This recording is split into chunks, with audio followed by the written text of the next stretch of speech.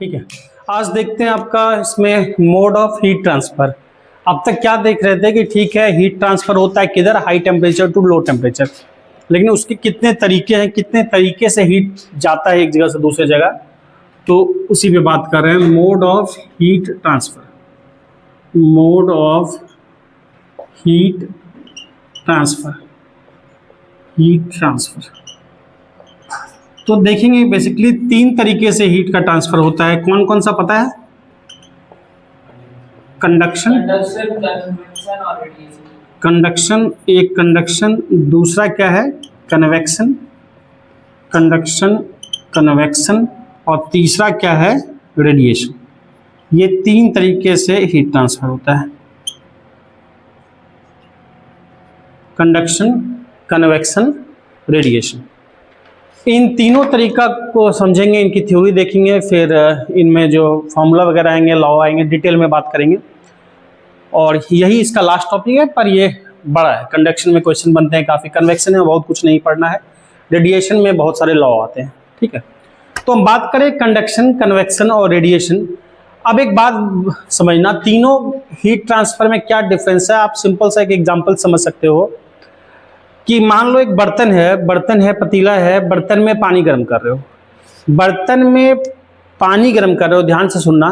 बर्तन में जब हम पानी गर्म कर रहे हैं तो पानी का बर्तन का गर्म होना, बर्तन का गर्म होना है कंडक्शन। उसके अंदर जो पानी है, पूरे पानी का गर्म होना, वो क्या है कन्वेक्शन है। और उसके आसपास अगर हम हाथ रखेंगे या बर्तन के ऊपर हम हाथ रखेंगे कुछ हाइट पे, तो हमको हाथ में क्या होगी, गर्मी फील होगी। जितना पानी गर्म होगा वो क्या है रेडिएशन। तो तीनों में बस यही डिफरेंस है, सिंपल। तो कंडक्शन क्या हो गया, बर्तन का गर्म होना कंडक्शन हो गया। कन्वेक्शन क्या हो गया, पूरे पानी का गर्म होना। और रेडिएशन क्या हुआ, आसपास हम बिना टच किए आसपास हाथ को रखते हैं तो क्या होगा, गर्मी फील होता है, वो रेडिएशन हो गया। तो ये तो चलो एक एग्जाम्पल हो गई। तीनों में अंतर क्या पता चला एग्जाम्पल में। कंडक्शन में क्या हो रहा है, बर्तन गर्म हो रहा है, मतलब हाँ, तो बर्तन का गर्म होना मतलब क्या है कि यहाँ पे जब हम गैस जलाए हैं या गर्म कर रहे हैं पानी को, तो डायरेक्ट हीट के कांटेक्ट में कौन है, बर्तन। डायरेक्ट हीट किसको मिल रहा है, बर्तन को। तो जिसको डायरेक्ट हीट मिल रहा है वहां क्या हो रहा है, कंडक्शन। कंडक्शन के प्रोसेस में क्या देखा जा रहा है, जिसको डायरेक्ट हीट मिल रहा है कंडक्शन। ठीक है, पानी को क्या डायरेक्ट हीट मिल रहा है, नहीं। पहले बर्तन गर्म होता है, बर्तन में गर्म होने की वजह से क्या होता है, पानी गर्म होता है। यानी कोई ऑब्जेक्ट अपने से गर्म ऑब्जेक्ट के कांटेक्ट में आता है तब क्या होता है, कन्वेक्शन। जैसे कि यहाँ की पानी बर्तन के कांटेक्ट में आया, पानी का वो हिस्सा पहले गर्म होगा जो बर्तन के कांटेक्ट में है, तो वो होता है कन्वेक्शन। और रेडिएशन जिसके लिए हम टच नहीं करते, कांटेक्ट नहीं करते, आसपास हाथ रखे हैं, वो है रेडिएशन। ठीक, तो डिटेल आते हैं फिर। यानी कि कंडक्शन में क्या हुआ, बर्तन का गर्म हुआ। बर्तन के गर्म होने के प्रोसेस में क्या होता है, सबसे पहले बर्तन का कौन हिस्सा गर्म होगा, वो हिस्सा गर्म होगा जो कि डायरेक्ट गैस के कांटेक्ट में है, बर्नर के कांटेक्ट में, कौन सा, बॉटम पार्ट। बॉटम वाला गर्म हुआ, उसी से होते होते पूरा का पूरा क्या हो जाता है, बर्तन गर्म हो जाता है। इस प्रोसेस में ऐसा होता है कि बर्तन का ऊपर वाला पार्ट जो गर्म हुआ बाद में, वो नीचे आ गया और नीचे वाला पार्ट ऊपर चला गया। ऐसा होता है क्या, पानी गर्म होता है तो? नहीं ना। कोई बर्तन को चम्मच रखोगे, चम्मच को एक गैस पे एक एंड रखोगे, एक एंड अपने हाथ में पकड़ोगे, तो पहले सबसे पहले चम्मच का दूसरा हिस्सा गर्म होगा, फिर करते करते करते करते क्या होगा, आप हाथ में जहां छुए वहां भी गर्म हो जाएगा। इस प्रोसेस में ऐसा तो नहीं होता कि चम्मच का उधर वाला टुकड़ा टूट के इधर आ गया या इधर वाला उधर चला गया, वो टुकड़ा तो अपनी जगह है। फिर कैसे आपको गर्मी फील होती है, दरअसल जहां पे हीट मिलता है वहां पे उसके मॉलिक्यूल में क्या होता है, वाइब्रेशन होता है। तो उसके वहां के मॉलिक्यूल टू एंड फ्रो करते हैं। तो वहां के मॉलिक्यूल अपनी जगह पे टू एंड फ्रो किए, फिर बगल वाले को एनर्जी दिए, फिर बगल वाला मॉलिक्यूल टू एंड फ्रो किया। मान लो ये चम्मच है, ये मॉलिक्यूल आपके कॉन्टेक्ट में, ये टू एंड फ्रो किया, फिर बगल वाले को एनर्जी दिया, फिर यहाँ के मॉलिक्यूल टू एंड फ्रो करने लगे, फिर यहाँ के मॉलिक्यूल टू एंड फ्रो करने लगे, फिर इसको एनर्जी मिली, यहाँ के मॉलिक्यूल टू एंड फ्रो, फिर इसको एनर्जी मिली, यहाँ के मॉलिक्यूल टू एंड फ्रो। इस तरह से करते करते पूरा क्या हो गया, बर्तन गर्म हो गया, चम्मच गर्म हो गया। तो इस प्रोसेस में जो जिसके थ्रू हीट जा रहा है, मतलब चम्मच के थ्रू जा रहा है या बर्तन में बर्तन के मटेरियल के थ्रू जा रहा है, इसमें मॉलिक्यूल जो हैं वो अपनी जगह पे टू एंड फ्रो करते हैं। यानी वो अपने इक्विलिब्रियम पोजीशन को चेंज नहीं करते हैं। वहाँ मॉलिक्यूल शिफ्ट नहीं होता है, बर्तन का वो हिस्सा टूट के नहीं जाएगा, अपनी जगह पे ऊपर नीचे करता रहेगा। तो इस तरह से हीट ट्रांसफर होता है, यानी इस तरह के हीट ट्रांसफर में मॉलिक्यूल का एक प्लेस से दूसरे प्लेस में डिसलोकेशन नहीं होता। समझ में आ रही बात? ये है कंडक्शन। कन्वेक्शन में क्या होता है, पानी अपने से गर्म ऑब्जेक्ट के कांटेक्ट में आया।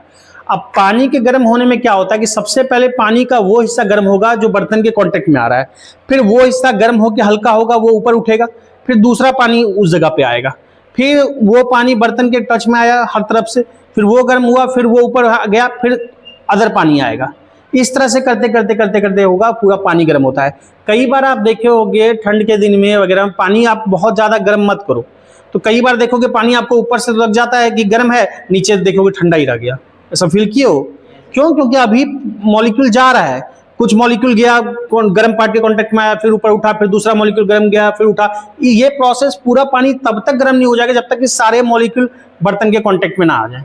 तो उस प्रोसेस के लिए थोड़ा टाइम लगता है। वो टाइम नहीं देते तो हमको ऊपर पर से गर्म लगता है, फिर देखते हैं पानी तो ठंडा है बीच में। तो वजह वो है।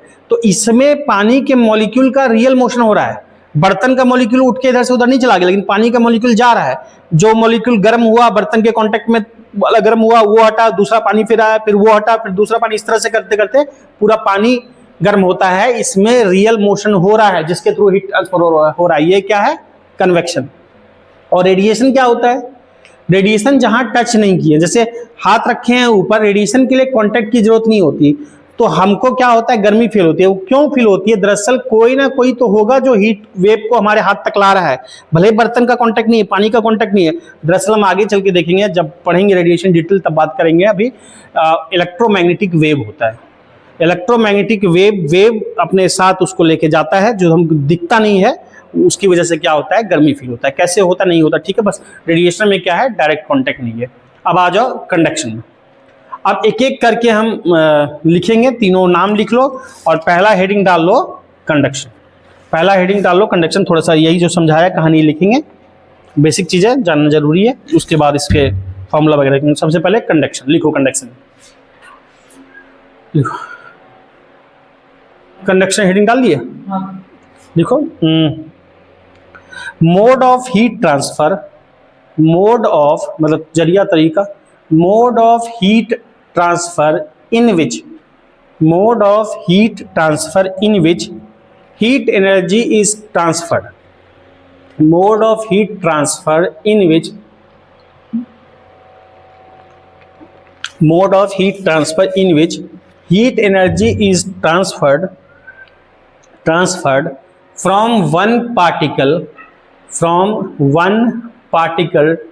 to the, from one particle to the other particle, one particle to the other particle without dislocation, to the other particle without dislocation of the particle, without dislocation of the particle, dislocation of the particle from their equilibrium position, from their equilibrium position, from their equilibrium position is called, equilibrium position is called conduction, is called conduction।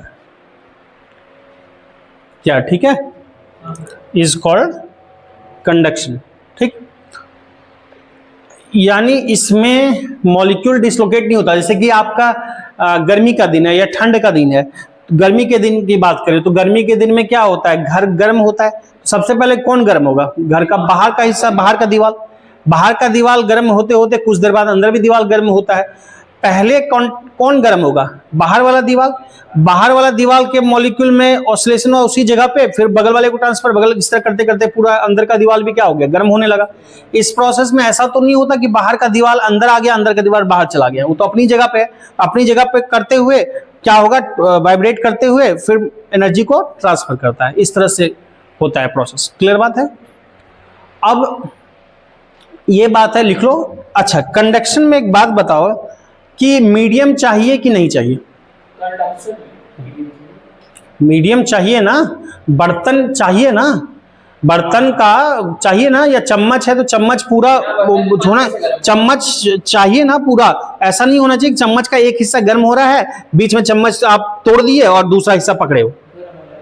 तो समझ रहे हो, चम्मच है एक हिस्सा gas पे और बीच से तोड़ दिया, दूसरा हिस्सा पकड़े हो, तो जो हाथ में पकड़े हो कभी गर्म नहीं होगा। क्यों? क्योंकि मीडियम बीच में ब्रेक हो गया। तो उसके लिए मीडियम चाहिए। तो कंडक्शन का फेनोमेनन जो है मेनली किस में देखा जाएगा ज्यादा?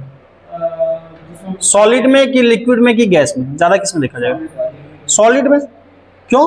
क्योंकि मॉलिक्यूल के बीच का गैप कम है, लगातार है। ठीक है, अच्छा, कंडक्शन के लिए मीडियम चाहिए ना, तो लिख लो medium is necessary for conduction.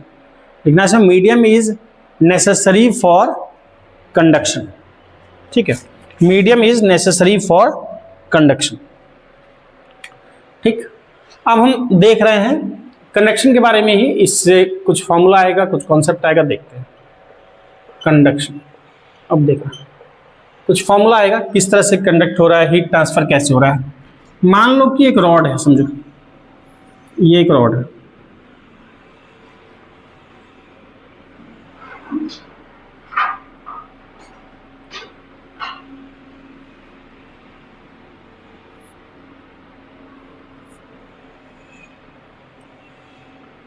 इस रॉड का दो तरह से कांटेक्ट है। मान लो इधर का टेम्परेचर T1 है और इस साइड जो कांटेक्ट है मान लो ये टेम्परेचर T2 है। दो तरह के सरफेस से कांटेक्ट है रॉड का, एक तरह का सरफेस इधर है और दूसरा तरह का सरफेस इधर है। ठीक, यहाँ पे टेम्परेचर मान लो कोई ज्यादा है, से मान लो T1 बोला गया ग्रेटर देन T2 है, T1 ग्रेटर देन क्या है? T2 है। तो हीट ट्रांसफर किधर होता है? High temperature to low temperature. अच्छा, मुझे एक बात बताओ, जो फिगर दिख रहा है उस फिगर में कौन सा मोड होगा हीट ट्रांसफर का? अगर इस एग्जांपल में कैसा हीट ट्रांसफर हो रहा है? तीन तरह का प्रोसेस देखें, कौन सा हो रहा है? कंडक्शन तो हो रहा है, ठीक है बिल्कुल। और भी कोई हो रहा है क्या कि नहीं हो रहा है? क्या रेडिएशन नहीं होगा, कन्वेक्शन हो जा सकता है, इंटरैक्शन कैसे होगा? देखो, जो गिवन एग्जांपल जैसा दिख रहा है उसमें तीनों हो रहा है, समझो। कंडक्शन, कंडक्शन क्यों है? क्योंकि टेम्परेचर में डिफरेंस है, तो high temperature to low temperature heat कैसे जाएगा? हीट ऐसे जाएगा, हीट का फ्लो क्या होगा? ऐसे होगा, मान लो क्यू, हीट का फ्लो ऐसे होगा। ठीक है, high temperature to low temperature. पहले ये हिस्सा ज्यादा गर्म है तो ये ज्यादा गर्म है, ये ठंडा है कंपैरेटिवली, तो क्या होगा? धीरे धीरे धीरे धीरे करके पूरा का पूरा ये गर्म हो जाएगा, इक्विलिब्रियम में कभी ना कभी आ जाएगा। ये क्या होगा? ये गर्म होगा, इसके मॉलिक्यूल ऑसिलेट होंगे, यहाँ के टू एंड फ्रो होगा, वाइब्रेट होगा, बगल वाले ट्रांसफर, वो वाइब्रेट, बगल वाला वो वाइब्रेट, वो वाइब्रेट, वो वाइब्रेट, करते करते ये पूरी रॉड गर्म होगी। तो कंडक्शन तो है। ठीक, बाहर आसपास देखोगे जैसा दिख रहा है, यहाँ तो पैक है, इस ऑब्जेक्ट से कांटेक्ट है, इधर एटमॉस्फेयर है तो एयर होगा, हवा है, हवा होगा। तो ये हवा अपने से गर्म ऑब्जेक्ट रॉड के कांटेक्ट में आएगी तो हवा क्या होगी? यहाँ जो एयर पार्टिकल होंगे वो गर्म होगा, तो वो हवा गर्म होके ऊपर उठेगी, तो वो हवा इसके पास वाली हवा गर्म होके ऊपर उठी, फिर दूसरी हवा भरने आई इस जगह को, फिर वो जो कांटेक्ट में आई दोनों तरफ, वो हवा गर्म हुई, फिर वो ऊपर उठी, फिर और हवा आई। तो ये क्या है? कन्वेक्शन भी तो हो रहा है ना। कोई बॉडी अपने से, कोई चीज, हवा अपने से गर्म ऑब्जेक्ट के कांटेक्ट में आई और उसके बाद करते करते उसके हवा के मॉलिक्यूल का रियल मोशन हो रहा है, आ रहा है, जा रहा है, गर्म होके आ रही है, ठंडी हवा गर्म होके ऊपर जा रही है, फिर दूसरी हवा आ रही है, फिर गर्म होके ऊपर जा रही है, यानी कन्वेक्शन भी हो रहा है। आसपास इसके कुछ देर रहोगे तो गर्मी भी फील होगी बिना छुए, रेडिएशन भी हो रहा है, यानी तीनों हो रहा है इस एग्जांपल में। ठीक, अब हमने क्या किया कि इसको बिल्कुल बना, अभी इससे लॉ बनाएंगे, बताएंगे, मतलब एक लॉ का फार्मूला बताएंगे। अब देखो ये जो है, अब इसको हमने क्या कर दिया? इंसुलेट कर दिया, इस रॉड को इंसुलेट कर दिया, मतलब बाहरी दुनिया से इसका कांटेक्ट खत्म, अच्छे से इंसुलेट कर दिया। जैसे थर्मस फ्लास्क होता है, गर्म पानी रखते हो, ये रखते हो, अब क्या होगा? अब केवल कंडक्शन होगा, क्योंकि बाहरी दुनिया से खत्म, एयर हवा से कांटेक्ट खत्म, कन्वेक्शन भी नहीं होगा, बाहर हीट नहीं निकलेगी तो गर्मी भी फील नहीं होगा, रेडिएशन। अब केवल क्या हो रहा है? कंडक्शन। तो इसी केस में हम बात कर रहे हैं, हम केवल कंडक्शन की भी बात कर रहे हैं। तो केवल जब कंडक्शन की बात कर रहे हैं तो इसमें फॉर्मूला देखते हैं रेट ऑफ हीट ट्रांसफर का। हीट ट्रांसफर नाम से, रेट का मतलब क्या होता है? With respect to time, rate of heat transfer, यानी हीट ट्रांसफर की रेट, किस दर से हीट ट्रांसफर हो रहा है, तो H लिख लिया। रेट ऑफ हीट ट्रांसफर किसी से लिख सकते हो, मान लो H से लिख लिया, या फिर लिख सकते हैं हीट को लिख लिया Q से, rate of heat transfer Q/T, heat पर यूनिट टाइम, या इसको H से लिख लिया पूरे हीट ट्रांसफर को, जैसे भी लिखा। एक बात मुझे बताओ कि अच्छा, इसमें जो लेंथ है इफेक्टिव लेंथ लेंगे। इफेक्टिव लेंथ का मतलब है जितना लेंथ के बीच ट्रांसफर हो रहा है, कंडक्शन हो रहा है, इतनी लेंथ के बीच हो रहा है, बाकी लेंथ तो ऑब्जेक्ट के अंदर है, ये L लेंथ है मान लो। तो एक बात बताओ, अगर लेंथ ज्यादा रहेगी, या चलो पहले एरिया की बात करते हैं, अगर एरिया ज्यादा रहेगा तो हीट ट्रांसफर ज्यादा होगा कि कम होगा? बड़े एरिया में ज्यादा ट्रांसफर होगा हीट की छोटे एरिया में ज्यादा होगा? छोटे एरिया में ज्यादा होगा। बहुत सुंदर। अब जरा सुनो बात, गर्म पानी ग्लास में रखे हो, गर्म पानी ग्लास में रखे हो, उसी पानी को कोई चौड़े बर्तन में, थाली में डाल दिया, किसमें ज्यादा ठंडा होगा जल्दी? बड़े बर्तन में। यानी हीट ट्रांसफर कहाँ ज्यादा हुआ? बड़े बर्तन में। क्यों? क्योंकि एरिया बढ़ गया। तो एरिया जितना ज्यादा होता है हीट ट्रांसफर उतनी क्या होता है? तेजी से होता है। यानी rate of heat transfer proportional किसके होगा? एरिया के। ठीक। टेम्परेचर डिफरेंस ज्यादा होगा तो हीट ट्रांसफर ज्यादा तेजी से होगा कि टेम्परेचर डिफरेंस कम होगा? जितना ज्यादा टेम्परेचर का डिफरेंस होगा उतना तेजी से हीट जाएगा ना। यानी ये टेम्परेचर इधर हाइयर मान लो T1 है, लोअर T2 है, तो रेट ऑफ हीट क्या होगा? T1 minus T2। तो ये डायरेक्टली प्रोपोर्शनल टू टेम्परेचर होगा। तो T1 माइनस T2 क्या लिखेंगे ऊपर? बात आ रही है समझ में? टेम्परेचर डिफरेंस, कोई दिक्कत? इन सब के प्रोपोर्शनल। अच्छा, एक बात और बताओ, लेंथ ज्यादा रहेगा तो हीट ट्रांसफर जल्दी होगा कि कम रहेगा? ज्यादा रहेगा तो जल्दी होगा। एक तुम सोचो ना, एक छोटा चम्मच लो और एक बड़ा चम्मच लो, तो जितना ज्यादा लेंथ है उतना ज्यादा सफर तय करना है, तो उतना हीट ट्रांसफर में टाइम लगेगा दूर तक जाने में। छोटा है तो जल्दी गर्म हो जाएगा। तो इनवर्सली प्रोपोर्शनल टू क्या होगा? लेंथ। यानी लेंथ के क्या होगा? Inversely proportional. बात समझ में आ रही है? मैं डायरेक्ट लिख रहा हूं, देखो इन दोनों के डायरेक्टली प्रोपोर्शनल, इसके इनवर्सली। अभी तक क्या है? प्रोपोर्शनल। प्रोपोर्शनलिटी हटाने के लिए क्या करते हैं? कांस्टेंट लगाते हैं। तो यहां जो कांस्टेंट लगाया वो लगाया के। तो फॉर्मूला क्या बना रेट ऑफ हीट ट्रांसफर का? के T1 माइनस T2, मतलब change in temperature by L। तो रेट ऑफ हीट ट्रांसफर का फॉर्मूला होता है के टी टेम्परेचर डिफरेंस जो भी higher minus lower T1 minus T2 by L। बात समझ में आ रही है? अब एक बात समझो, जब चैप्टर हमने ये शुरू किया था, सबसे पहला लेक्चर, तो हमने एक बात पूछा था क्वेश्चन आपसे कि बताओ कि दो तरह का पार्क में बेंच है, मान लो ठंडा का दिन है, पार्क में दो बेंच है, एक लकड़ी का बना है और एक लोहे का है और एक ही जगह पे रखा हुआ है। दोनों में से टेम्परेचर किसका कम होगा? दोनों का सेम होगा, लेकिन फील ज्यादा ठंडा कौन होता है? लोहा का। दोनों का टेम्परेचर सेम होगा, वजह बताया था, क्योंकि आप थर्मोमीटर रखो, नापो, दोनों का सेम आएगा। और कोई भी चीज कितना भी गर्म कितना भी ठंडा हो, सराउंडिंग के इक्विलिब्रियम में आएगा ही आएगा। अगर मैं इसको इस रूम का टेम्परेचर से अभी मान लो 20 डिग्री सेल्सियस है और मैं इसको 40 पे ले आऊं, इसको 70 पे ले आऊं, ये रूम में छोड़ दूं, टाइम लगेगा काफी, लेकिन इक्विलिब्रियम में दोनों फाइनली 20 पे आएगा ही आएगा। तो दोनों का टेम्परेचर पार्क वाला का सेम ही होगा, लेकिन ज्यादा ठंडा कौन फील होता है? लोहा वाला। क्यों? क्योंकि हम उस बोले हमारे शरीर से जो जितना तेजी से हीट लेता है, हीट निकलता है, ठंड फील होता है, बताया था तभी। लोहा ज्यादा तेजी से हीट लेता है, इसलिए हमको क्या लगता है? ठंड फील होता है। दरअसल वो क्या चीज है? वो यही के। यहां पे के क्या है? हियर के is a constant of proportionality. के क्या है? प्रोपोर्शनलिटी का कांस्टेंट है। और इसी को क्या बोलते हैं? के को, इसको बोलते हैं thermal conductivity. Constant of proportionality called thermal conductivity. Thermal का लेना देना, थर्मल मतलब क्या होता है?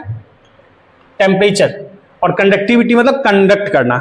यानी जिसका के जितना ज्यादा होगा वो उतना तेजी से हीट लेगा। तो हमारे जो एग्जांपल में लोहे का बेंच और लकड़ी के बेंच में, लोहे का बेंच जो आयरन बेंच है वो बॉडी से ज्यादा तेजी से हीट लेता है, उसका के ज्यादा है लकड़ी से। तो जिसका के ज्यादा होगा, ऐसे भी यहां प्रोपोर्शनल दिख रहा है, उसका क्या होगा? हीट ट्रांसफर ज्यादा होगा, इसलिए लोहा ज्यादा ठंडा लगता है। बात समझ में आया? तो पहले इसको लिख लो, फिर आगे डिटेल बात करेंगे, पहले नोट कर लो।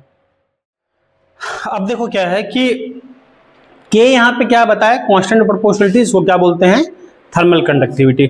तो लिख लो एक लाइन नीचे, greater the value of K, greater the value of K, अच्छा K is a constant proportionality, क्या लिखे, called thermal conductivity of material, जिसका भी देख रहे हैं उसकी thermal conductivity, called thermal conductivity of material, K is a constant proportionality called thermal conductivity of material. नीचे लिखो, greater the value of K, greater the value of K, more rapidly, जितना ज्यादा होगा के की value, more rapidly it will conduct heat, more rapidly it will conduct heat, more rapidly it will conduct heat, ठीक है ना। तो के की वैल्यू जितनी ज्यादा होगी उतना तेजी से क्या होगा, हीट ट्रांसफर होगा, हीट कंडक्ट। तो इतनी बातें क्लियर है। तो ये चीजें बेसिक हो गया। चलो इसका जल्दी से ऐसा यूनिट वगैरह भी थर्मल कंडक्टिविटी का देख लो, ऐसा यूनिट ऑफ के थर्मल कंडक्टिविटी। तो क्या होगा जरा बताओ, तो हीट ट्रांसफर, हीट की यूनिट क्या होती है, जूल, ये क्या है, सेकंड, जूल पर सेकंड, और के पूछ रहे हैं, और एल उधर जाएगा, एरिया क्या है, मीटर स्क्वायर, एल क्या है, metre, metre metre square, 1 metre होगा, ये नीचे आएगा इधर, तो नीचे मीटर आएगा, नीचे आएगा एक, और टेम्परेचर का क्या होगा, केल्विन, तो नीचे क्या आएगा, के भी आएगा। तो यूनिट क्या है, joule per second per metre kelvin, joule per second per metre kelvin. अच्छा, एक और पावर का पढ़े हो formula, power is the rate of doing work, यानी वर्क अपॉन टाइम को पावर बोलते हैं। वर्क का क्या है, जूल, और टाइम का क्या है, second, work upon time, joule per second, joule per second को कुछ बोलते हैं क्या, पर सेकंड, हाँ, पावर की यूनिट क्या होती है, वॉट, जूल पर सेकंड को क्या बोलते हैं, वॉट, तो ये भी बोल सकते हैं वॉट पर मीटर पर केल्विन। आ रही बात समझ में? तो ये सब कुछ यूनिट है इसका। डायमेंशन भी निकालने की इच्छा तो निकालो झट से, के का डायमेंशन, डायमेंशन के का अगर डायमेंशन निकालने जाओगे तो ये इसका एनर्जी या वर्क क्या होता है, ml2 T-2, ठीक है। नीचे टाइम का T, ये क्या है, मास M, और ये क्या है, K, तो क्या होगा, M से एक M चला जाएगा, L2 T माइनस क्या हो जाएगा 3, और K -1, तो ये डायमेंशन भी हो जाएगा क्या, ठीक है, कोई दिक्कत? अब देखो, अभी कंडक्शन पे ही आज बात होगी, आज की क्लास में इसमें न्यूमेरिकल वगैरह करेंगे, कल फिर कन्वेक्शन और रेडिएशन पे आ जाएंगे फिर। अब देखो इस पे क्वेश्चन करना है कई सारे। पहले तो एक क्वेश्चन मैं बेसिक तरीके से आपको करवाऊंगा, फिर उसके बाद हम उसके आसान तरीके देखेंगे जो कंपटीशन में करना चाहिए। पहले पर बेसिक तरीका जान लो। पूछा हुआ क्वेश्चन ही है, तो जेई का पूछा हुआ है। एक क्वेश्चन लिखो,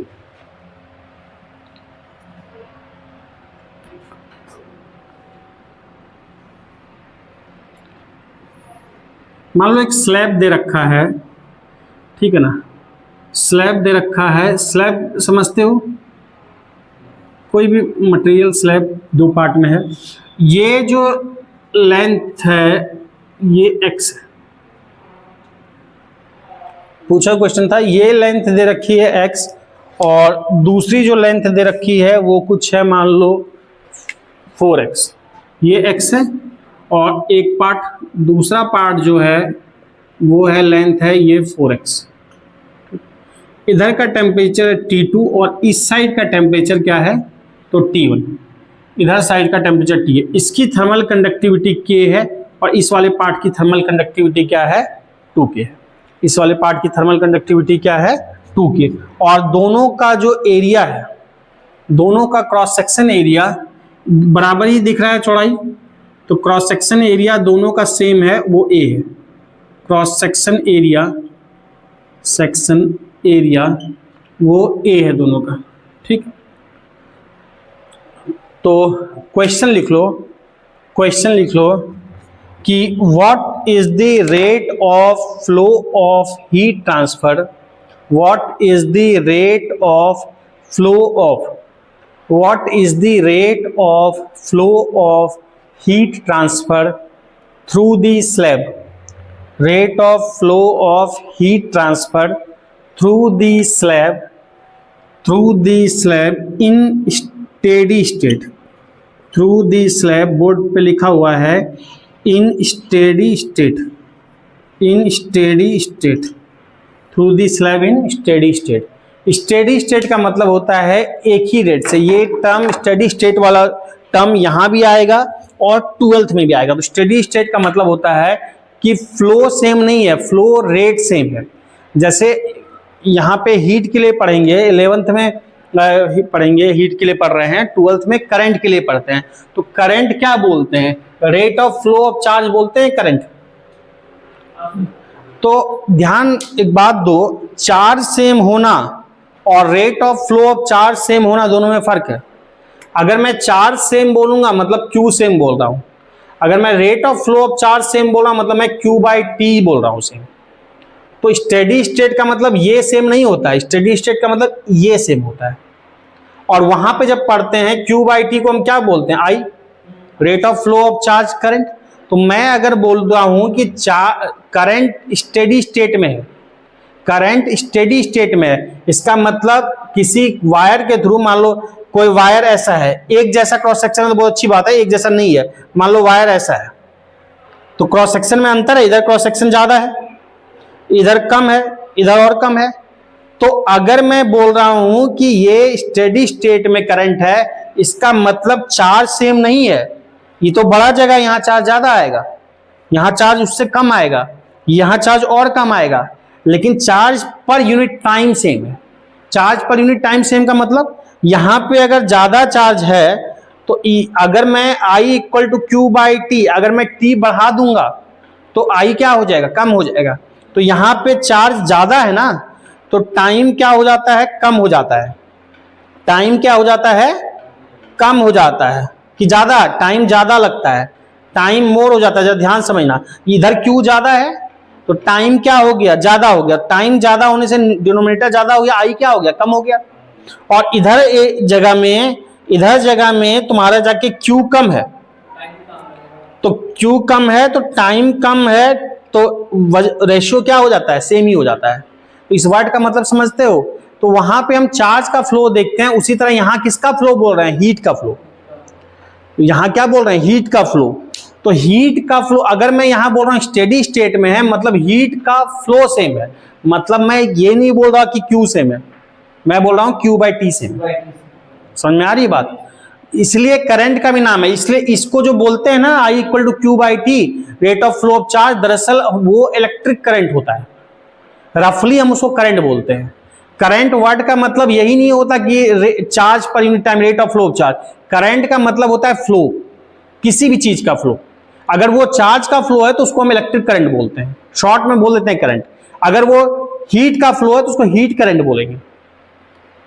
अगर वो पानी का फ्लो है तो उसको वाटर करंट बोलेंगे कि पानी किस रेट से बह रहा है, चार्ज किस रेट से बह रहा है, हीट किस रेट से ट्रांसफर हो रहा है।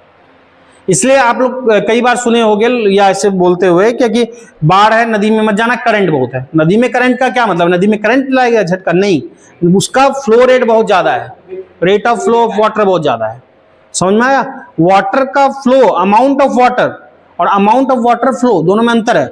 मैं अगर बोलता हूं क्या कि रेट ऑफ फ्लो सेम है, इसका मतलब है क्या कि जो अमाउंट ऑफ वाटर पर यूनिट टाइम इस हिस्से में नदी का जितना है, इस हिस्से में भी इतना ही है, इस हिस्से में भी इतना ही है। क्या है? Amount of water by time. इसका मतलब वाटर सेम नहीं है, वाटर बाय टाइम सेम है। समझ में आ रहा है अंतर क्या चीज है? तो स्टेडी स्टेट का मतलब यहां पे है कि Q बाई टी पूरे के लिए क्या दिया है? सेम दिया है। अब आप इसको बता सकते हो क्या? कैसे करोगे? आइडिया दे दो, अगर आइडिया लगेगा तभी कर पाओगे। क्वेश्चन अच्छा है, मतलब अच्छा का मतलब आसान है, पर नहीं अभी आ रहा है तो अच्छा है, आ जाएगा तो फिर इस तरह के क्वेश्चन बहुत आसानी होते हैं। यहां पे एक चीज और गिवन होगा या गिवन है T2 ग्रेटर देन T1, ठीक। अब रेट ऑफ हीट फ्लो समान है, यानी रेट ऑफ हीट फ्लो को मान लो H से लिख लेंगे, जरा समझो। तो ये क्या है, दोनों में H सेम, यानी Q बाई T सेम है। अगर मैं इसमें हीट फ्लो मान लो H1 बोलता हूं और इसमें rate of heat flow H2 बोलता हूं, इसका मतलब क्वेश्चन में क्या कहा गया, स्टेडी फ्लो का मतलब H1 इक्वल टू H2 है। इसका मतलब क्या बोला गया, H1 इक्वल टू H2 है। रेट ऑफ हीट फ्लो क्या है, सेम है। स्टेडी स्टेट का ये मतलब है। क्लियर है बात। अब एक बात समझो, यानी इसमें जो रेट है इसमें भी वही रेट है। क्या फॉर्मूला देखा Q बाई टी का, K A T1 minus T2 by L। तो इसका K है, इसका भी K पता है। A क्रॉस सेक्शन एरिया लेते हैं, ये A है, ये भी A सेम है, ये भी दोनों का पता है।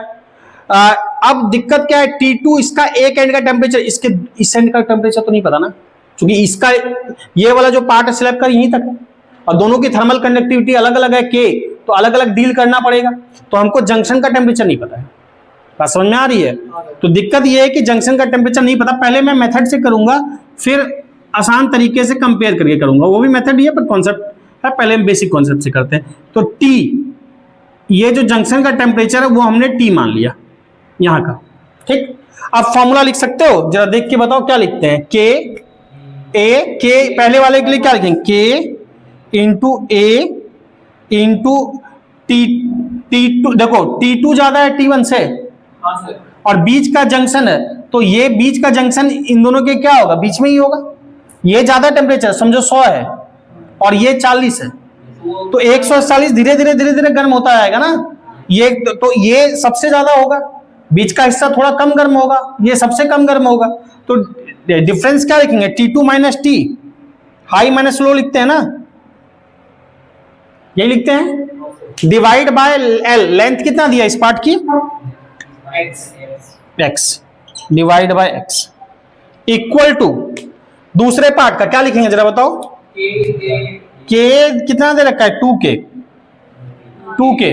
A दोनों का सेम है क्रॉस सेक्शन एरिया, इतना चौड़ाई है उतना ही है। तो A क्या लिखेंगे, temperature difference T minus T1। पहले बताओ क्लियर है, T माइनस T1 बाय इसकी लेंथ कितनी है, लेंथ है दिया है ना 4x, तो लेंथ है 4x। पहले बताओ ये समझ में आ रहा है। अब इसके बाद अभी आप ट्राई करो। अब क्या करना है जरा ध्यान सुन लो। हमको अननोन T नहीं पता, T निकाल लेंगे, कुछ निकलेगा, ध्यान सुनना। अब T निकल गया तो रेट ऑफ हीट ट्रांसफर दोनों में सेम है ना, यानी H1 इक्वल टू H2 है, तो मुझे यही निकालना है, या तो H1 या H2 बोलो। तो T की जो वैल्यू आएगी समझना, उसको या तो इस फॉर्मूले में पुट कर दो या इसमें पुट कर दो, वो क्या देगा, rate of heat transfer. Clear है बात। तो अभी ट्राई करके मुझे आंसर बताओ। इसको सॉल्व कर रहे हो, कुछ वैल्यू अपना चेक कर लेना क्या है। K से K चला जाएगा, A से A चला जाएगा, X से X चला जाएगा, ये गया काम तमाम। 2 से ये 2 रह जाएगा, ठीक, इतना ही बचा। अब इसको सॉल्व करो, सिंपली क्रॉस मल्टीप्लाई करो। 2 उधर जाएगा, क्या हो जाएगा, 2T2 minus 2T equal to इधर क्या आ जाएगा, T माइनस T1। T को एक तरफ रखो, बाकी को एक तरफ ले जाओ। तो T उधर ले जाओगे तो माइनस 2T प्लस T क्या हो जाएगा, 3T। 3T और इसको इधर लाओगे तो प्लस नहीं हो जाएगा, 2T2 प्लस T1। तो यहां से T कितना आया, 2T2 प्लस T1 बाय 3, ये आया, बस हो गया। T सही आना चाहिए। अब T आ गया, इस T की वैल्यू किसी एक में रख दो, इस T की वैल्यू किसी एक में रख दो। तो rate of heat transfer, short में लिख दे रहा हूं HT, rate of heat transfer किसी में भी, या तो H1 में रख दो या H2 में रख दो, दोनों की वैल्यू सेम है। जिसमें भी रखना चाहते हो किस में रखिए, KA, चलो पहला में रखो, सेकेंड में रखो, ठीक है, एक ही बात है, सेकेंड में रखोगे, ठीक है, दोनों में से किसी एक में रखो, सेकेंड में रखोगे, ठीक है। देखो सेकेंड क्या है, 2KA, पूरा ही लिख रहा हूं अभी, 2KA T minus T1 bye 4x, यही है, ठीक। अब देखो यहां से 2 से क्या हो जाएगा, सॉरी 2 से ये 2 चला जाएगा, यहां क्या बचा, K। अब ध्यान से यहां पे T की वैल्यू रखो, टी की वैल्यू ध्यान से रखोगे तो क्या हो जाएगा, ये के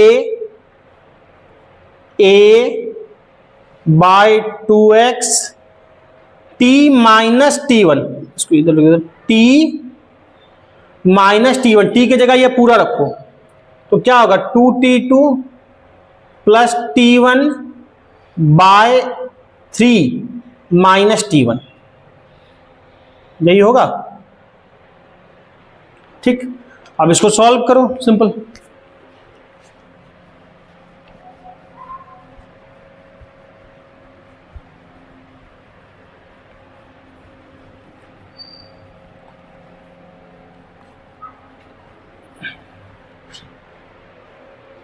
अब देखो एलसीएम लो, नीचे आ है 2x, ठीक है, ऊपर क्या है k इंटू ए, एलसीएम लोगे तो क्या आएगा 3, एलसीएम नीचे 3, ये 3 से मल्टीप्लाई हो जाएगा, तो जरा देखना 2T2 plus T1 minus 3T1, यानी ये कितना हुआ k a बाय 2x, ये 3T1 और T1 कितना हो जाएगा 2T2 माइनस होगा minus 2T1, 2T2 minus 2T1, यही होगा। 2 सबसे कॉमन ले लो, 2 ऊपर से कॉमन ले लोगे, इससे कॉमन लिया, इससे कॉमन लिया, इससे काम तमाम, तो क्या आंसर आ गया के A T2 minus T1 by x, क्या बाय 3 था, हाँ बिल्कुल 3 भी था नीचे, ये 3 नीचे आएगा ना, तो बाय 3x, तो आंसर जो आया वो क्या आया के ए, फर्स्ट लिख देता हूं T2 minus T1 bye 3x, पहले बोलो ये समझ में आया। तो ये तो जनरल तरीका हो गया कि पहले हमने t निकाला, फिर पुट किया, फिर बता दिया आंसर, ठीक है, इस तरह से भी जानना है। पर इसके लिए और आसान तरीका से हम देखेंगे कॉन्सेप्ट से, जिसमें इतना कैलकुलेट करने की जरूरत नहीं पड़ेगी, कॉन्सेप्ट के लिए ये बता दिया, उस तरीके को देखते हैं, ठीक है। उस तरीके के लिए कुछ नहीं है जो क्लास 12th में यूज करेंगे या फिर 10th में यूज किए होंगे, सिंपल बेसिक कॉन्सेप्ट में यूज कर रहा हूं, कंपेयर कर रहा हूं करंट इलेक्ट्रिसिटी से। जरा ध्यान से समझना जो चीज बताने जा रहे हैं, जो चीज बताने जा रहे हैं ध्यान से समझना। अब क्या होता है कि समझो,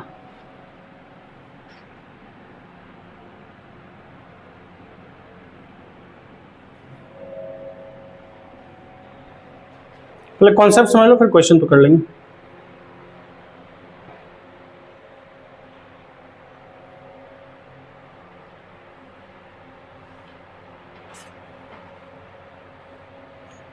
मान लो इस तरह से कोई स्लैब लिया हमने, इस तरह से कोई स्लैब लिया, कुछ फॉर्म में है, कुछ मान लो क्यूबाइट फॉर्म में है, ठीक है।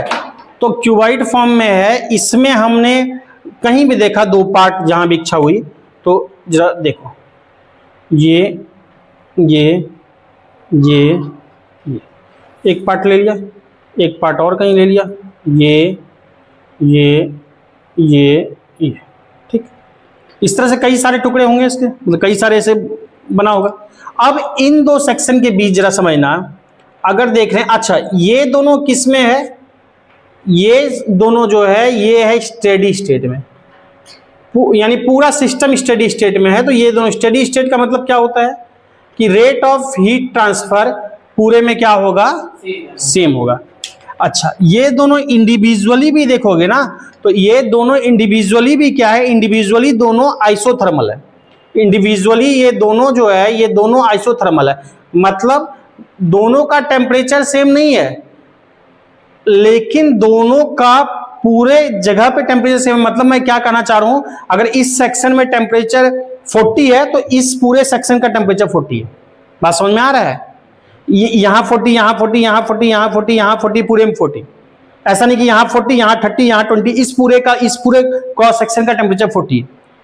फिर ये अपना आइसोथर्मल स्टेट में टेम्परेचर का डिफरेंस तो होगा, ये मान लो 20 पे है तो इस पूरे सेक्शन का 20 है, यहाँ 20, यहाँ 20, यहाँ 20, यानी इंडिविजुअल आइसोथर्मल है। ये मतलब आइसोथर्मल का नहीं है कि ये पूरा 40 ये भी पूरा 40, तब तो हीट ट्रांसफर ही नहीं होगा।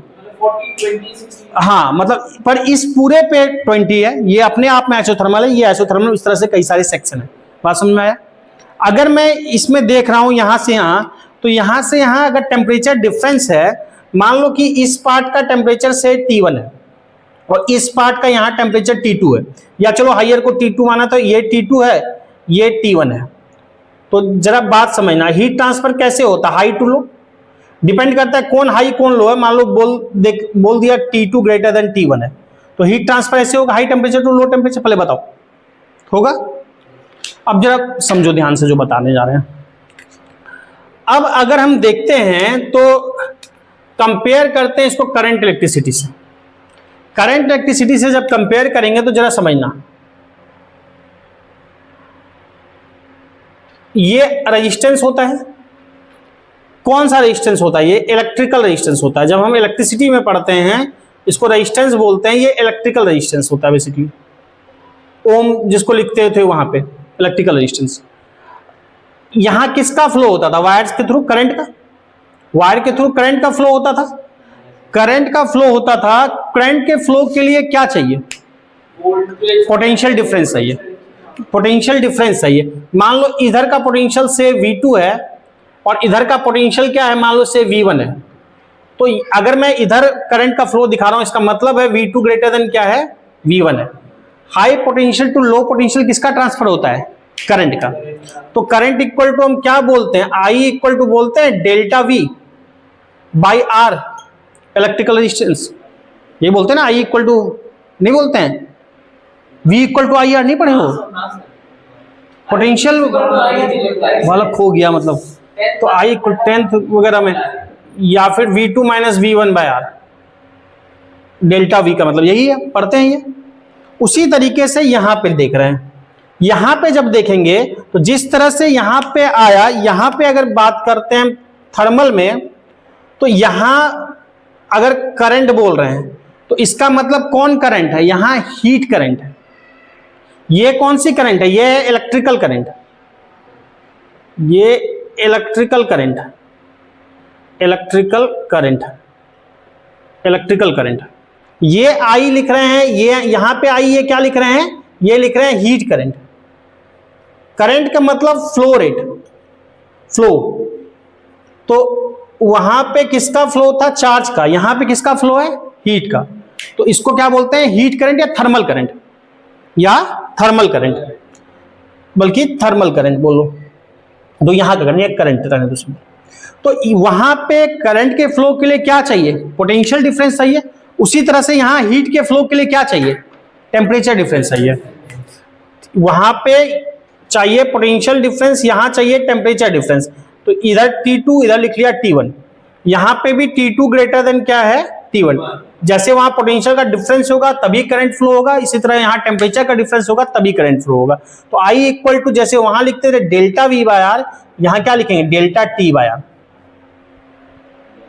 डेल्टा T का मतलब क्या है? T2 माइनस T1, ज्यादा माइनस कम, बाय R। आई की जगह पे हाँ ऐसे लिख सकते हो, एक ही बात है। मैं आई से लिख रहा हूं ताकि दोनों कंपेयर करना आसान हो। ये तो सिंबल है, जो लिख रहे होंगे सिंबल को जो भी लिखो, मैं केवल कॉन्सेप्ट क्वेश्चन कर पाए इसके लिए बता रहा हूं। अब जरा ध्यान सुनो, ये रेजिस्टेंस कौन सा है? Electrical resistance. ये इलेक्ट्रिकल रेजिस्टेंस है, ये इलेक्ट्रिकल रेजिस्टेंस है। ये कौन सा रेजिस्टेंस है? ये थर्मल रेजिस्टेंस बोलते हैं, थर्मल रेजिस्टेंस। रेजिस्टेंस का मतलब क्या होता है? रुकावट डालता है। जो करंट के फ्लो में रुकावट डाले उसको इलेक्ट्रिकल रेजिस्टेंस बोलते हैं, इलेक्ट्रिक करंट के फ्लो में रुकावट डाले। जो हीट के फ्लो में रुकावट डाले उसको थर्मल रेजिस्टेंस बोलते हैं। थर्मल रेजिस्टेंस होता है जैसे कि आप कई ऑब्जेक्ट में क्या होता है कि करंट मारता है, करंट ना मारे आप चप्पल पहनते हो, या फिर जैसे टेस्टर वगैरह होता है, जो दूसरा साइड होता है वो नॉन कंडक्टिंग मटेरियल होता है। नॉन कंडक्टिंग किसका होता है? इलेक्ट्रिसिटी का होता है। उसी तरह से अगर हीट ना लगे, गर्मी ना लगे, उसके लिए हम नॉन कंडक्टिंग मटेरियल लेते हैं। ये नॉन कंडक्टिंग किसका होता है? ये हीट का होता है। वो नॉन कंडक्टिंग किसका था? करंट का। तो वहां पे जैसे हम क्या होता है कि कोई बर्तन पकड़ते हो तो कैसा लेते हो कि बर्तन है, तुम्हारा दूसरा साइड क्या होता है? प्लास्टिक रहता है, प्लास्टिक भी पिघल जाता है, मतलब ऐसा बैकलाइट वगैरह ऐसा मटेरियल रहता है। आप कोई भी बर्तन जो घर में खाना बनता है, या आपका क्या बोलते हैं कल इसको क्या बोलते हो, छोलनी अच्छा में क्या बोलते हो? पता नहीं सर। हाँ, बाहर लोग क्या बोलते हैं पता नहीं, मैं बोल रहा हूँ। जो भी होता है, चलाते हो सब्जी तो दूसरा साइड क्या होता है, मटेरियल बना होता है नॉन स्टिक का, ऐसा मटेरियल होता है, तो दूसरा साइड क्या होता है, गर्म नहीं होता है। तो हाँ, तो वो क्या है, नॉन कंडक्टिंग है, किसके लिए, हीट के लिए। बात समझ में आ रही है? अब देखो इसको क्या बोलो बोलो, ये नहीं लिखे थे क्या? हाँ, ओ अच्छा, तुम लिखे हो बालिका? आप लिखिए। तो अच्छा, इससे लिख लेना, ठीक है। हाँ, इससे लिख लेना, मैं अभी जरा सा इसको समझा देता हूं। तो ये देखो क्या है कि तो I equal to this by this, यानी जो चीज यहां वहां पोटेंशियल डिफरेंस है वो यहां पे क्या है, टेम्परेचर डिफरेंस है। जो वहां इलेक्ट्रिकल रेजिस्टेंस है यहां पे क्या है, थर्मल रेजिस्टेंस है। ठीक है, तो इस तरह से क्यों पढ़ा, अब क्या यूज है यहां पे, कैसे यूज कर सकते हैं, जरा हम बात करते हैं यहां पे। अच्छा, एक बात और जान लो, अब फॉर्मूला जरा लिखे हैं तो कंपेयर करके जरा लिख ही लें। अब यहां देखो I इक्वल टू क्या था इलेक्ट्रिसिटी में, डेल्टा V बाय आर, ये था डेल्टा V बाय आर, और दिस इक्वल टू ये भी था ना dq बाई dt या del Q by dt, del T, rate of flow of charge, current electricity में था ना। उसी तरह से यहां पे क्या है, जरा समझना ध्यान से, यहां पे क्या लिखते हैं, डेल टी बाय आर, लिखा भी, क्लियर है। और फॉर्मूला एक क्या लिखा, के ए, हीट करंट यही था, एच से लिखा था, के ए, अच्छा इसको हमने क्या लिखा था, टेम्परेचर, सॉरी हीट, अरे हाँ टेम्परेचर का डिफरेंस, ठीक है। तो के ए क्या लिखा था, नहीं के तो ना, एक मिनट, के T2 minus T1 by x, यही लिखा था ना, ठीक। अब जरा ध्यान से यहां पे देखना, एक बात ध्यान से देखना, ये लिखा है। अब जरा इन दोनों को कंपेयर करें, ध्यान से समझो, एक बार कंपेयर कर लो, फिर क्वेश्चन, चीजें बहुत आसान है। डेल टी है, ये भी डेल टी है, आर के जगह पे क्या लिखा है, केवल एल। दोनों को कंपेयर करो ना, डेल टी के जगह पे डेल टी है, दोनों एक ही चीज है। आर के जगह पे ये पूरा है एल बाई के, आर इक्वल टू यहां क्या है, दोनों को अगर इक्वेट कराओगे तो आर इक्वल टू ये नहीं आएगा, एल बाई के। एल ऊपर चलेगा वही तरह के घूम जाएगा। हाँ, खतरनाक करो ना, मैथ लगाओ ना, ये कम कैंसिल, आर इक्वल टू नहीं हो जाएगा, ये इधर जाएगा उधर, एल बाई के। यानी कि ध्यान से समझना जो चीज बता रहा हूं, यानी आई को हम लिख सकते हैं, अब जो कंक्लूजन निकला, आई को हम लिख सकते हैं डेल टी बाय आर, आई को लिख सकते हैं डेल टी बाय, जैसे कि वहां पे आई इक्वल टू क्या होता है, डेल वी बाय आर होता है, करंट इलेक्ट्रिसिटी में डेल वी बाय आर, जैसे वहां डेल वी बाय आर होता है, उसी तरह से I equal to del T by R होगा, जहां पे आर क्या है, एल बाई के। पहले बोलो, ये क्लियर हुआ, कोई दुख तकलीफ नहीं। अब इसी क्वेश्चन को अब जरा यहां देखना, ये कॉन्सेप्ट समझ गए। अब इसी कॉन्सेप्ट से हम कई क्वेश्चन आगे करेंगे, क्योंकि ये अभी किया है तो इसको इस कॉन्सेप्ट से बता देता हूं, बाकी कल काफी क्वेश्चन करेंगे। अच्छा, उधर नहीं मिटाएंगे, इसको देख लो। अब इसको इसी कॉन्सेप्ट से करते हैं। अब यहां पे एक मटेरियल ये है, दूसरा मटेरियल ये है, दोनों का मैं इक्विवेलेंट बना रहा हूं, समझना। पहला वाला मटेरियल ये, ध्यान से समझना, करंट इलेक्ट्रिसिटी की तरह बना लिया। दूसरा मटेरियल ये, रेजिस्टेंस को यहां भी ऐसे ही दिखा रहे, दूसरा ये ऐसे जुड़ा है, एक के बगल में एक जुड़ा है ना, एक ये वाला मटेरियल, एक ये वाला मटेरियल, दोनों जुड़ा है। इस वाले मटेरियल का जो रेजिस्टेंस है पहले वाले का, इसको हमने R1 मान लिया, और दूसरे वाले का जो रेजिस्टेंस है इसको R2 मान लिया। लिख सकते हैं? तो जरा ध्यान से समझना, इसका रेजिस्टेंस थर्मल रेजिस्टेंस है R1, इसका थर्मल रेजिस्टेंस R2, ठीक। अच्छा, इस साइड का टेम्परेचर इधर कितना था, T2, और इधर फाइनल टेम्परेचर इधर कितना है, T1। T2 greater than T1 question में गिवन है। हीट करंट बोलो, वही बताना था ना, heat current, rate of flow of heat, heat transfer का रेट, क्वेश्चन में ही पूछा था। यानी आई बताना था, या एच से लिखे तो एच बताना था। क्या लिख सकते हैं, आई को या एच को डेल टी बाय आर लिख सकते हैं, लिख सकते हैं। डेल टी का मतलब क्या है, डिफरेंस टी में, इधर T2 था, इधर क्या था T1, तो हम बोल सकते हैं T2 minus T1 bye are. ध्यान से समझना जो बता रहा हूं, और T2 minus T1 bye R ये बोल सकते हैं। पहले बोलो इतना, कोई दिक्कत? अब यहां पे R क्या है, दो तरह के रेजिस्टेंस है। तो R कौन रेजिस्टेंस है, वो कंबाइंड रेजिस्टेंस है, इक्विवेलेंट रेजिस्टेंस है। एक रेजिस्टेंस ये है, एक रेजिस्टेंस ये, एक के बाद एक है। पढ़े होंगे 10th में भी आप, इधर दोनों सीरीज में कि पैरेलल में? एक के बाद एक क्या होता है, सीरीज होता है ना। पैरेलल क्या होता है, जब तक दोनों एंड नहीं मिलता है पैरेलल नहीं होता। यहां दोनों का एक ही एंड मिल रहा है, ये वाला, दूसरा एंड इसका अलग है, अलग है। किसमें है, सीरीज में। और सीरीज में क्या करते हैं, ऐड करते हैं। सीरीज में इक्विवेलेंट रेजिस्टेंस जो होगा R1 प्लस क्या होगा R2 होता है, सीरीज में ऐड ही करते हैं ना R1 प्लस R2, ठीक है। तो I इक्वल टू क्या लिखेंगे, T2 minus T1 bye R1 plus R2। अब जरा बात मुझे देख के बताओगे कि R1 R इक्वल टू क्या लिखते हैं, L बाय K, बस इतना ही ध्यान रखना है। R1 पहले वाले का L क्या है, X, K कितना दिया है, K, और A क्या है, A ही है, प्लस दूसरे वाले का L क्या है 4x, K कितना है दूसरे वाले का 2K, और एरिया क्रॉस सेक्शन तो यही है। इसको सॉल्व कर लो, इसको क्या करो, कुछ कैंसिल हो रहा है तो कैंसिल करो, 2 से ये 2 जाएगा और कुछ कैंसिल नहीं होगा। अब एक काम करो, इसको सॉल्व कर लो। इसको सॉल्व कैसे करोगे, तो देखो यहां पे दोनों का एलसीएम लेंगे नीचे तो K आएगा। ध्यान से देख लो, दोनों का एलसीएम लेंगे तो K आएगा, और ये नीचे है तो फिर ऊपर चला जाएगा। तो ऊपर चला जाएगा K, मैं डायरेक्ट लिख रहा हूं तो लिख सकते हैं K into T2 minus T1। ऊपर ये लिखा जाएगा, पहले बताओ। हाँ सर, वो हो गया बालक, इसका एलसीएम होगा। ये दोनों सेम है तो सिंपल ऐड हो जाएगा। x प्लस 2x कितना हो जाएगा 3x, सही था आंसर। तो इससे आपको उतना लंबा चौड़ा स्टेप करने की जरूरत नहीं है, सीधा आंसर आ जाएगा तो कॉन्सेप्ट से। तो पहले ये वाला कॉन्सेप्ट समझना, इस कॉन्सेप्ट पे क्वेश्चन रहता है तो आपको सीधा यही अप्रोच यूज करना है कंपटीशन में, इतनी कहानी नहीं करनी है। पहले बात क्लियर हुआ? तो कंपेयर किया एक बार, शुरुआत में टाइम लगेगा तो आप पूरा लिख लो कंपेयर कैसे किया, बाद में तो हम डायरेक्ट लिखेंगे। तो I इक्वल टू सिंपल क्या करना है, del T by R heat current, और R क्या होता है L बाई K। फिर दो है, एक साथ सीरीज में है कि पैरेलल में है, जिस तरह से जो रहेगा कल और टाइप के इस पे क्वेश्चन करेंगे। बेसिक बस इतना रिवीजन कर देना, ठीक है। ठीक, और भी बातें कल करेंगे इसमें, ठीक।